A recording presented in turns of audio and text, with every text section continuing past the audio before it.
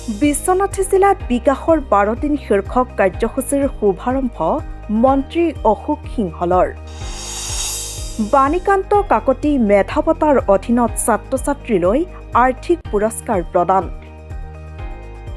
বিশ্বনাথ জিলাত বিকাশৰ 12 দিন শীৰ্ষক কাৰ্যসূচীৰ শুভাৰম্ভ কৰি ৰাজ্য চৰকাৰৰ স্বাস্থ্য আৰু পৰিয়াল কল্যাণ তথা জলসিঞ্চন বিভাগৰ মন্ত্ৰী তথা জিলাখনৰ অভিভাৱক মন্ত্ৰী অশোক সিংহলে আজি বিশ্বনাথ জিলাৰ বাবে প্ৰজ্ঞান ভাৰতী আঁচনিৰ ডক্টৰ বাণীকান্ত কাকতি মেধা বঁটাৰ অধীনত 1079 গৰাকী কৃতি শিক্ষাৰ্থীলৈ স্কুটাৰ, মুখ্যমন্ত্ৰীৰ বিশেষ আঁচনিৰ অধীনত নৱম শ্ৰেণীত অধ্যয়নৰত 7842 গৰাকী ছাত্ৰ-ছাত্ৰীলৈ চাইকেল আৰু আনন্দৰাম বৰুৱা বঁটাৰ অধীনত হাইস্কুল শিক্ষান্ত পৰীক্ষাত সুখ্যাতিৰে উত্তীৰ্ণ হোৱা 551 গৰাকী ছাত্ৰ-ছাত্ৰীলৈ প্ৰত্যক্ষ লাভালাভ হস্তান্তৰ যোগে নগদ পুৰস্কাৰ প্ৰদান কৰা হয়।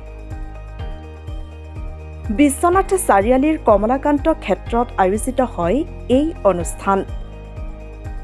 মন্ত্ৰী সিংহলে স্কুটাৰ বিতৰণ কৰি ছাত্ৰ-ছাত্ৰীসকলক বাহন চালনৰ অনুজ্ঞাপত্ৰ ব্যৱস্থা কৰি দিবৰ বাবে জিলা আয়ুক্তক অনুৰোধ কৰে।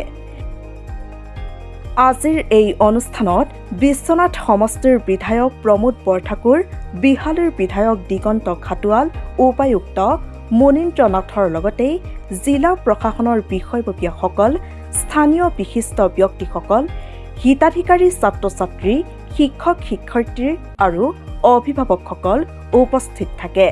বিকাশৰ 12 দিন এই কাৰ্যসূচীৰে অসমৰ প্ৰত্যেকটো জিলাত বিকাশৰ যিটো যাত্ৰা চলি আছে, এই যাত্ৰাৰ শুভাৰম্ভণি আজি বিশ্বনাথ জিলাত হ'ল। আজি প্ৰায় 1080 জন ছাত্ৰ-ছাত্ৰীক আমি স্কুটি প্ৰদান কৰিলোঁ। কৃতি ছাত্ৰ-ছাত্ৰীসকলক বাইচাইকেল প্ৰদান কৰা হ'ল আৰু পৰীক্ষাত ভাল ফলাফল কৰা ছাত্ৰ-ছাত্ৰীসকলক DBTৰ যোগেদি নগদ মানধন দিয়া। মই ভাবিলোঁ যে শিক্ষা ব্যৱস্থাত এক আমূল পৰিৱৰ্তন ভাৰতীয় জনতা পাৰ্টীৰ নেতৃত্বাধীন চৰকাৰে মুখ্যমন্ত্ৰী ডক্টৰ হিমন্ত বিশ্ব শৰ্মাৰ নেতৃত্বত আমি কৰিবলৈ ৰাইজে যি ধৰণে ব্যৱস্থা পৰিৱৰ্তন বিচাৰিছিলে, এই ব্যৱস্থাত আমি পৰিৱৰ্তন অনাৰ কাৰণে সক্ষম হৈছোঁ আৰু অহা দিনবোৰত এই প্ৰয়াসটো চলি থাকে। আজি দুখীয়া ল'ৰা ছোৱালীয়েও সপোন দেখিছে, আজি দুখীয়া ল'ৰা ছোৱালীয়েও সপোনটো বাস্তৱ কৰিব পাৰিছে। পইচা নোহোৱাকৈ চাকৰি পোৱাৰ এটা নতুন অধ্যায় অসমত আৰম্ভ হৈছে। এতিয়া আৰু পইচাত চাকৰি বিক্ৰী নাযায়। ধনী মানুহ ল'ৰাই চাকৰি কিনিব নোৱাৰে। মেধা থকা দুখীয়া, দৰিদ্ৰ, শ্ৰমিক, কৃষকৰ ল'ৰা ছোৱালীয়েও চৰকাৰী চাকৰি পাই আছে। তাৰ অৰ্থটো হ'ল যে চৰকাৰে কোনো ধৰণৰ বিভেদ নকৰি অকল মেৰিটৰ ভিত্তিত, মেধাৰ ভিত্তিত চৰকাৰী চাকৰিত মানুহক নিয়োগ দি আছে।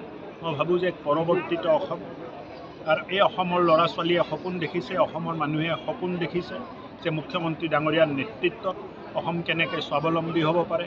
এক স্বাভিমানী অসম, এক স্বাৱলম্বী অসম, এক নিজৰ ভৰিত থিয় অসম অহা দিনবোৰত আমি দেখিবলৈ পাম। তাৰ বাবে সকলোৰ পৰা মই সহায়, সহযোগ আৰু আশীৰ্বাদ দিছোঁ। বিশ্বনাথৰ পৰা ৰুবেন মহন্তৰ ৰিপৰ্ট, দি নৰ্থ ইষ্ট।